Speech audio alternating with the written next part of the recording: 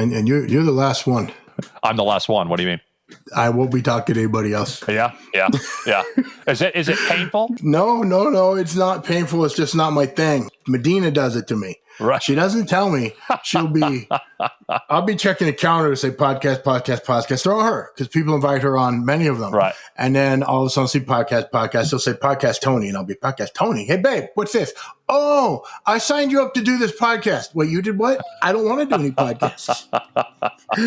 She's got me twice. You do a really nice job. You really do a nice job. And frankly, there's a lot of guys out there that, to end on the note that you ended on, it hurt so bad. They need to hear this. And I do have retirees that listen to this show. And frankly, it'll probably bring them some healing just to know that they're not alone. Okay. So I really think what you're contributing helps. So that's good to know. Yeah. Okay. Welcome to Hey Chaplain. My name is Jared Altick, and I'm a chaplain with the police department. Hey Chaplain is the officer wellness podcast, which brings you expertise and wisdom from police officers from around the world. If you like this show, and even if you don't, would you please leave a 5-star rating and a review, especially in places like Apple Podcast. Also on Spotify, you can leave a 5-star rating for the show. I don't think the algorithms care that much about your rating and reviews, but the humans do care. And so if an officer is looking for a show and they see that there are dozens or even hundreds of ratings and reviews, and all of them are saying, hey, this is a great show, this is really helpful, I hope other police officers listen to this, that will actually help the officer find an encouraging word. Today we're talking to Anthony Baumgart. He's a former local and state-level narcotics agent who worked in California. Tony had almost 30 years in law enforcement, but when it came to his last day at work, he experienced a failure in leadership that sometimes happens in law enforcement. You risk your life and give decades of hard work, only to be shown the door, almost like they're glad to be rid of you. Today, we talk about working at a state agency that's being closed. We talk about layoffs and getting rehired, and finally retiring unceremoniously. Here's Tony Baumgart. Hello, Tony. How are you today? Good. How are you, Jared? I'm doing well. I'm glad to talk to you today. And I got to hear you speak at a conference online, and just thought you had a compelling story. Could I get you to kind of give me the 30,000-foot view of your career? What kind of things have you done in law enforcement? Sure. I started young. I got hired on my 21st birthday at a small city PD. I started where everybody starts. I started in patrol, did some time there. I moved into the detective bureau. I worked robbery homicide cases for a while. Then I moved over to a street narcotic team, and then eventually into a major narcotic team. Worked for some task forces, which were definitely the highlight of my career, the task forces. About halfway through my career, about 14 and a half years in, I changed from the city PD to the state narcotic bureau with the goal of, continuing the narcotic work, specialized in finding, dismantling, and processing meth labs for years. And I actually feel pretty lucky the way my career went for the first about 23, 24 years. And so most of that was in narcotics then. You had a pretty long run working narcotics and narcotics-related units, right? Yes. Okay. Absolutely. So which came first, the narcotics work or the tattoos? Believe it or not, almost all my tattoos are exclusively post-retirement. Really? Yes. Okay. I had a couple small tattoos prior, but my wife told me to find a hobby. So I found a hobby. She didn't know my hobby was going to be spending all her money, but it is what it is. That's awesome. So when the tattoos you had while you worked, could you show those tattoos in uniform, or did you have to have them covered? No, I couldn't. And I didn't have any that would show anyway. Oh, okay. I had 2 tattoos on my upper shoulders, and they were kind of small at the time. Okay. So no, and I didn't want to have any tattoos shown while I was working. Right. Did you do undercover work in narcotics? Street dope, I did a little bit. Buying drugs here and there. But major dope, major narcotics, no. We did a lot of surveillance, a lot of busts, but I didn't do any of the undercover stuff. Other than just being on the street, doing the surveillance, trying to blend in. Right. Okay, awesome. What's the largest interdiction you had with narcotics? You have any really big busts? We had multiple. I don't think I could recall my largest. Surely at some point they made you put it all out on a table, took a picture of you with it, right? They did, but they don't all stick with you. My very, very first arrest when I got to major narcotics, which was maybe a month after getting there, which was my case. That one I remember very, very well because it was my very first. You go from street narcotics to majors. And so the first one I handled, that one I remembered, but it was still somewhat small. It was 14 kilos of cocaine and a couple of machine guns. Oh, wow. That's awesome, especially just starting out. Brand new. So I was very happy with that, which is why I can recall that one. After that, they all just kind of blend and work in labs. It's really the size of the lab. Did you watch Breaking Bad?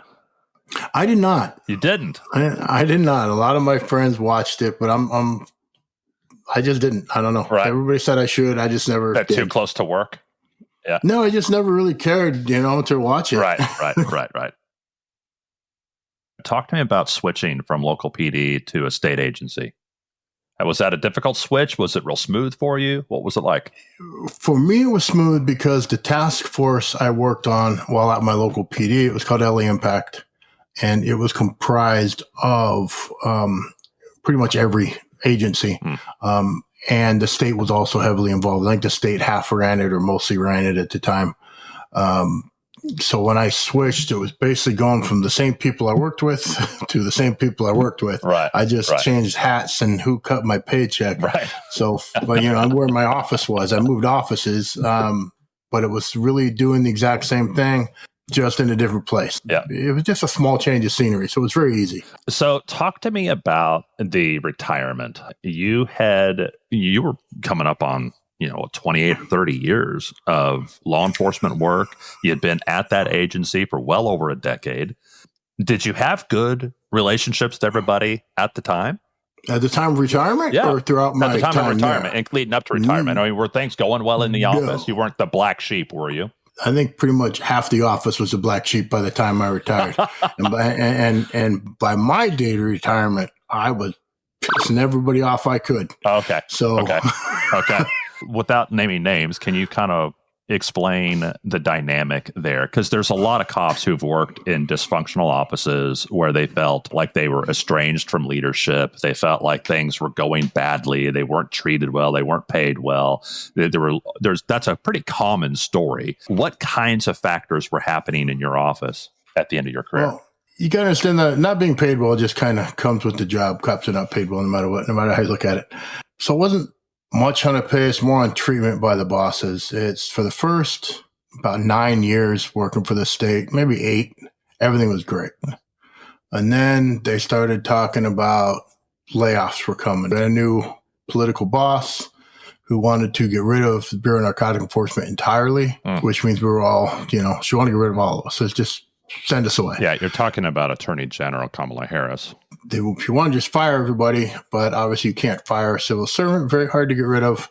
So they had to go the layoff route to get rid of us. So once you start hearing that, and the noise was going on for about 3 years. So everybody's unhappy because they don't know. They keep telling us it's going to happen.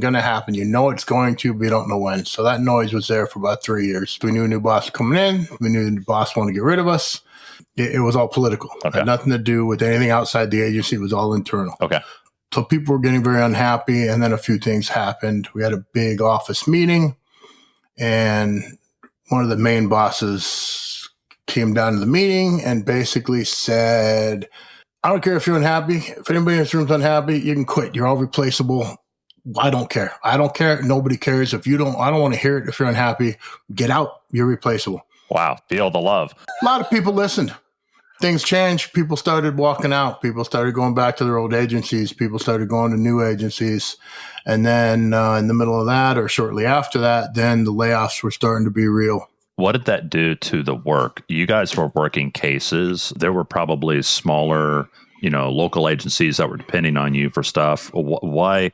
I mean, if people start leaving, did your caseload just increase, or did stuff get left unworked, or what was the situation? Stuff gets left unworked. Yeah. Because they don't want us to work it anymore. That's what it comes down to. So they wanted us to go away. We were told we were redundant, that the cities and the feds have it, and the state wasn't needed to work narcotics. So whatever that means, I don't know. And you obviously don't agree with that. Mind. Well, the cities called us for everything, and we all worked together. Everything we did was joint. Everything. The feds called us a lot. We called them a lot. The cities called us a lot. The one task force I mentioned, LA Impact, every city was involved until things started changing. They all started pulling out. Yeah. But, so the dynamics just change, and people don't want to be there anymore. And then as the layoffs started to be real, you had a choice. You can wait till the layoffs, or you can go. You can find your own place and not get laid off. So people started leaving there. And then everybody was trying to get out of narcotics because it was different. They didn't want us to work it. Jobs going away. So everyone was transferring to different bureaus. And then the layoffs actually came. I had 10 years in when layoffs came, and they were deep enough that they hit me. So I got laid off, spent about 3 months out of work while I was processing, because processing to be a cop anywhere takes a very long time. Yeah. And I moved to a different state agency because I wanted to keep my retirement within the state. I wanted to keep my benefits, my medical retirement, stuff like that. Sure. And had I left the state, I would have lost it. So already not in a great mood from the way we're being treated. Then the layoffs come, and I was out for about 2 years. And then where I was started to rehire everybody that they laid off. So I ended up going back, but narcotics was gone. So I had to go to different bureaus to finish out my career. I had about 3 years left before I could go at that point. So I finished my last 3 and just whatever bureau I could get in and do the work, and just was counting it down at that point. When they hired me back, I literally had a clock on my computer that just counted down to my retirement day for the time I got back. Right.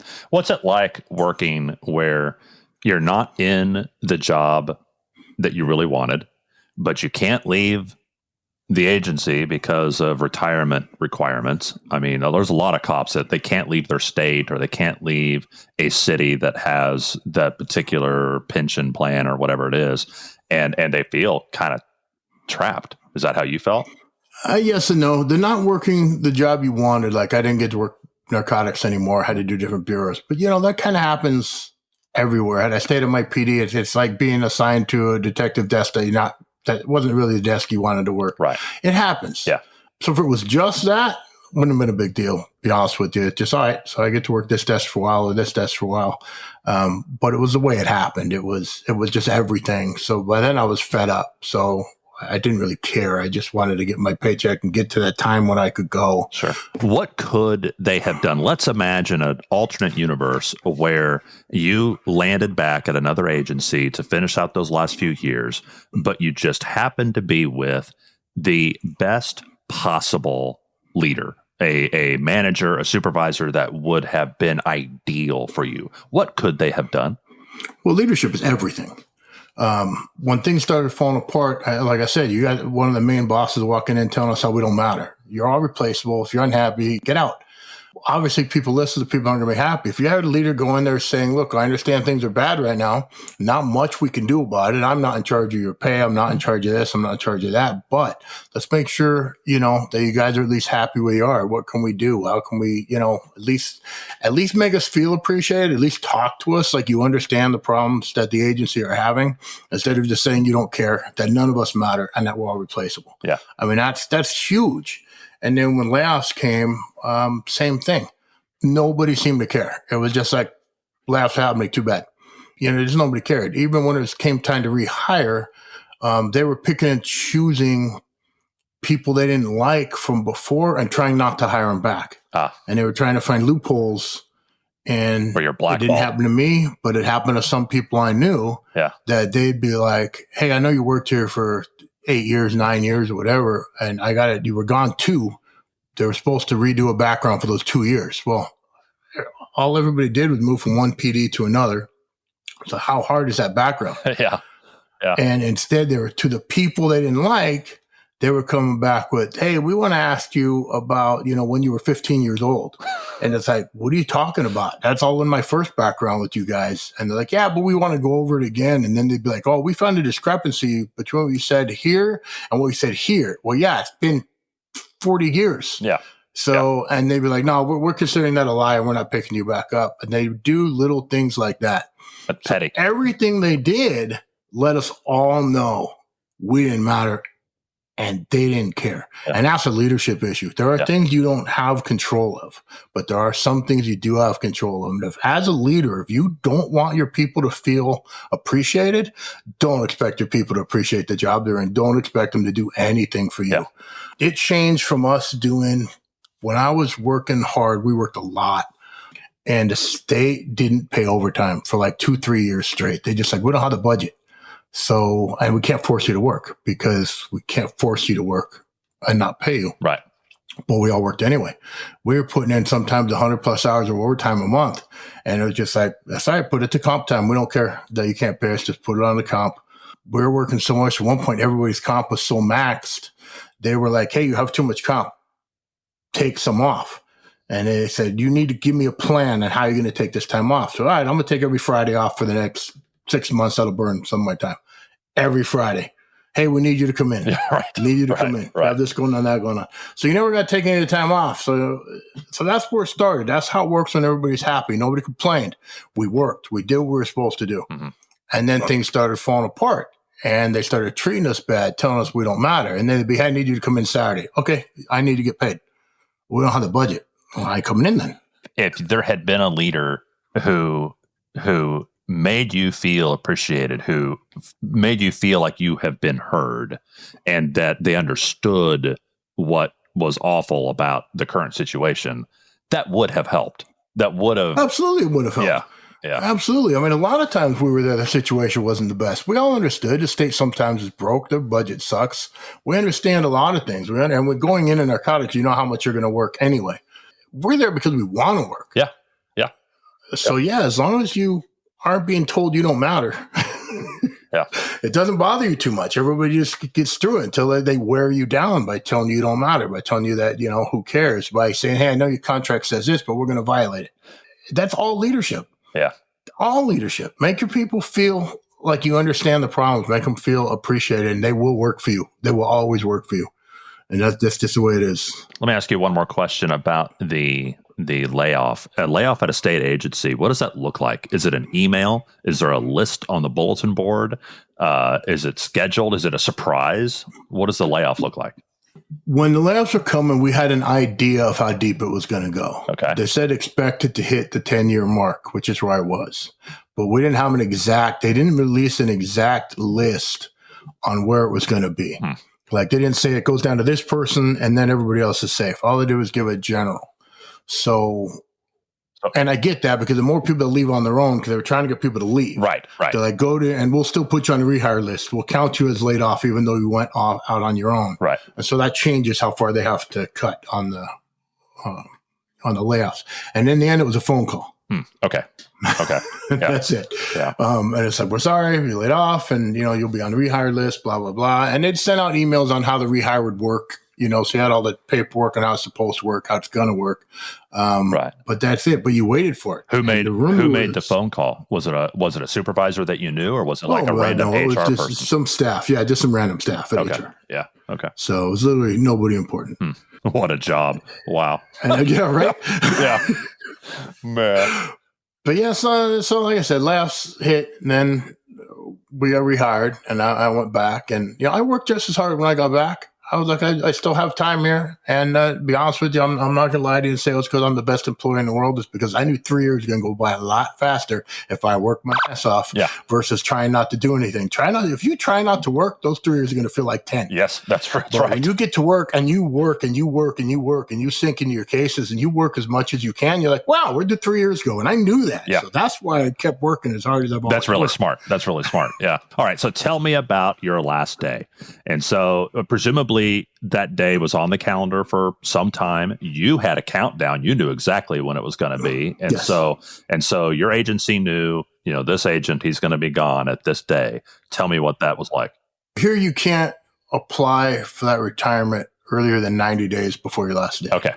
So I knew I had to do the 90-day thing. So when I got to that point, I filled out all my paperwork. And before I could submit it, I called Medina. You called your wife. I was a little over 29 years. According to PERS, my retirement agency, it was going to be about another 8 months to max my pension. Because here in California, our pension maxes, or for anybody in the PERS system, the public retirement system, it maxes at 30 years and it maxes at 90%. So if you're beyond the 30 years, you're not getting any more out of your pension. Right. And if you work under, then it's less. So I wasn't quite maxed. I had about 8 months to max it. It would have meant maybe another 2.5% bump in my retirement. You called the wife, and what did she say? Called the wife, and that's exactly what I told her. I said, I'm here. Do you want me to turn in now, or you want me to just tough out 8 more months so we can get the little bit of bump? So I told you everything going on at the agency. So as you can imagine, I wasn't the happiest person my last 3 years. I was pretty angry all the time. And that translated into me being angry at home, not at my wife, but she'd take it. Right. I'd complain about work. I'd yell about work. I'd yell about this, yell about that. My anger was just there. So whether I'm mad at her or not mad at her, who's taking it? Who's listening to me yell? Who's listening to me vent? Who's constantly dealing with me being angry all the time? She is. So when I called her and said, what do you want me to do? Basically, now we're 8.5 months from now. And she made it very clear that I was turning in my paperwork about half a second after I asked her. So I said, in her professional judgment, it was time for you to retire, right? So I turned in the paperwork. I wrote my memo to my boss. I walked in and handed it to him and said, I'm out on this. This is my last day. This is the day I'm retired. So that's when they knew. They had 90 days, basically. So they knew I was going. Okay, now tell me about your last day. Last day is not what you would expect, at least not where I work, not for the state. I went into my boss. It's my last day. You have to turn in your equipment. You got a lot of issued equipment. And I also had a car. The state gave me a car the whole time I was there. So I had to turn in all my stuff, which includes my regular creds, because you're supposed to have retirement creds. Turn in that gun, turn in, pretty much everything. Give my car, my gas card, and all my gear. And they want uniforms back. They want everything back. So there's a lot. And then the supervisor goes through everything. She's got a big list. She's checking it all off. And she basically signs a receipt saying you gave it all back, hands you your copy of the receipt. And that was it. Here's your receipt. Okay. How do I get home? I just gave you my car back. Yeah. Oh, we didn't think of that. You didn't think of that? This is the first time in the history of the state that somebody retired? What do you mean you didn't think of that? So I had no ride home. I had nothing. A buddy of mine who had retired a year or so before happened to be down there, and he lived somewhat close to me. And he told me, I'll get you home. Because I'll still be around, so I'll get you home. Wow. So I went home with a friend. My work didn't have it covered. Afterwards, I thought about all that. And you don't get your retirement creds on that day either. They mail them to you sometime later. It took 3 months for me to get any identification. So I get home, and I'm talking to my wife, and I'm like, I said, if they fired me today, it would have gone exactly the same way. Not one thing different. Not one thing different between being fired and retiring after giving them almost 15 years. Yeah. I'm like, that's not right. No party, no cake. No anything. They didn't even take me out to lunch. Nothing. There was literally nothing. It was, that was your last day. Here's your receipt. Go home. Wow. And find your own ride, apparently. Yeah. You call an Uber. Yeah. Yeah. And again, it comes right back to the state's mentality that you're a nobody to them. Absolutely, you're a number. You're an employee by number only. They don't even look at you as a human being.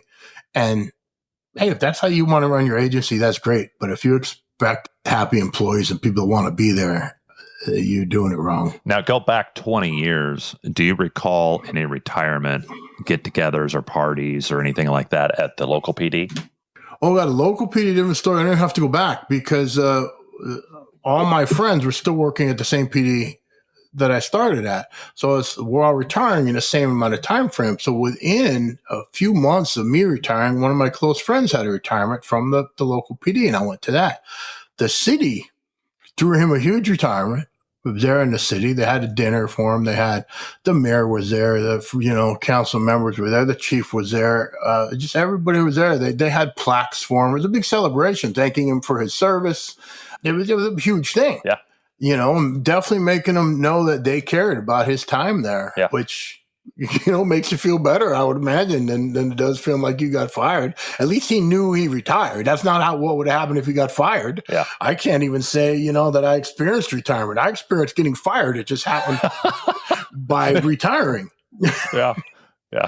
So, huge difference. I feel like I've seen both extremes here in local PDs in Kansas City, both at the agency that I serve and also at the neighboring ones, where I've gone to retirements that are just like what you described at the local PD there, where there's a cake and there's plaques and here's your retirement credentials and let's take a picture with the chief. And, the family's there and everybody got a little 30-minute break and, all the detectives are looking like, hey, why is there cake in here? And then people are wandering in and saying goodbye, and you get to see some of your buddies one last time, and that's happened. And then I've also seen people that have retired and they just disappear, and it's like, are they still here? Oh no, they retired 2 months ago. I didn't see an email. I know people that wanted that though. They just wanted to walk out the door quietly. So that's true. If it was a small PD, my guess is that's what they wanted.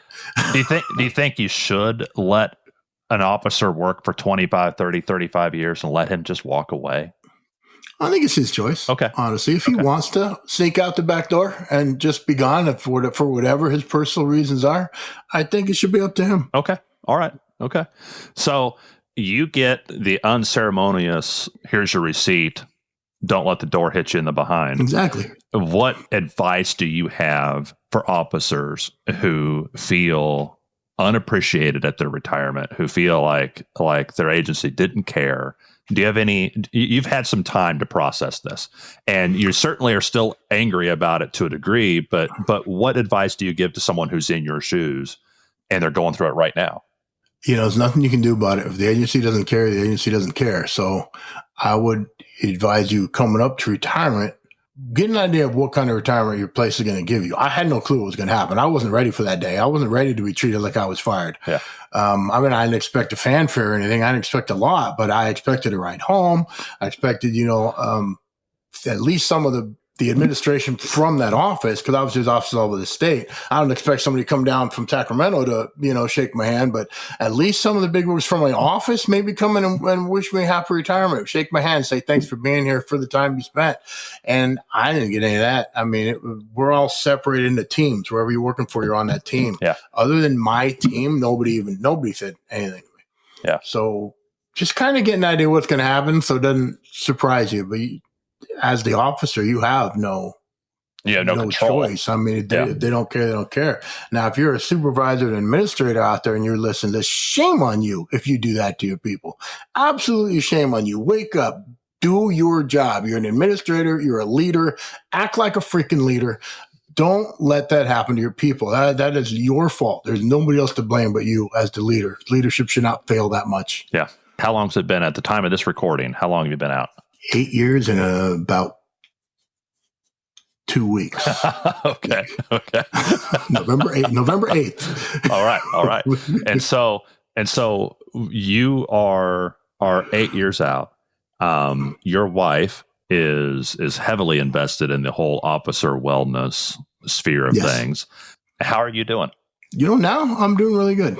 I have no complaints anymore. So no, I'm fine. People ask me that, how you doing? What are the big differences? And I'm not talking about my first few years in retirement, which are a little bit different, at least not for that question. But now the biggest difference I see is prior to retirement, I was angry all the time, 24 hours a day. I was angry all the time. And I absolutely hated people, all people. Now, almost 8 years into retirement, I'm almost never angry anymore. It's a whole different problem. I'd love it if I sit here and say I'm never angry. I'll hear from the other room, yes, you are. But I'm almost never angry. I can say that. I am a much better person when it comes to that. I have learned to enjoy life, not be angry at stupid things. How do you feel about the work you did? I am very proud of the work I did. Always have been. I worked hard my whole life. I gave every assignment I was in, starting at patrol on, I gave it all. I never slacked off. I worked as hard as I could. I did everything I could. And I liked making cases. I like making arrests. I like making cases. So I'm very proud of my career. I wish it would have ended differently, but I'm very proud of it. That's awesome. And most of my bosses that I worked for, they all liked me. They're all very, very, they know how hard I worked and how hard I worked for them. I have a problem with those bosses. Yeah. The ones above them, not so much, but the immediate bosses, well, almost every single one of my immediate bosses were great people. That's awesome. Well, Tony, I thank you for your service, and I'm glad you got to talk to us today, and I really appreciate it. Thank you, too. I want to thank Tony for being on the show, but I do want to disagree with him just a little bit, at least to a degree. If a retiree doesn't want a big to-do, I get that, and we should definitely respect his or her wishes. And I'm also sure that there are retirees who are toxic and hated in their workplace, and there's probably no enthusiasm to celebrate them. But at the same time, it's kind of like what they say about saluting an officer in the military. You salute the rank, not the person.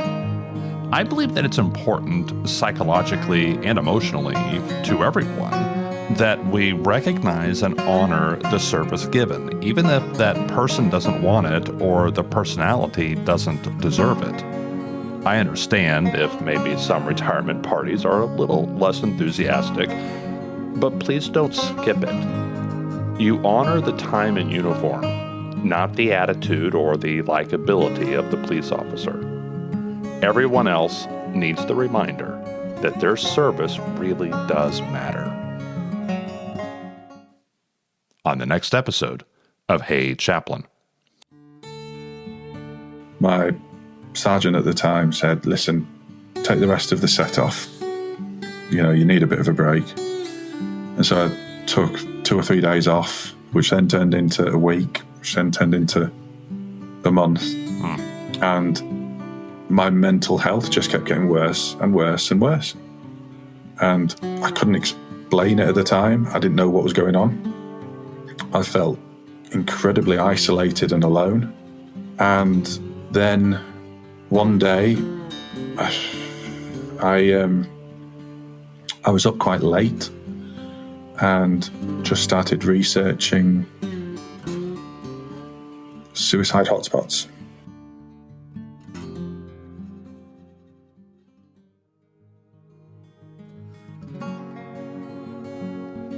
The views expressed here are the personal views of the host and our guest and do not necessarily represent the views of any law enforcement agency or its components. This show is free for everyone because of those supporters who are quietly helping behind the scenes. If you want to help this show reach more cops, chaplains, and other first responders around the world, please follow the link in the episode description to support the show. If you like this episode, please share it with a cop or someone who loves a cop. Thank you for listening to Hey Chaplain, and as always, pray for peace in our city.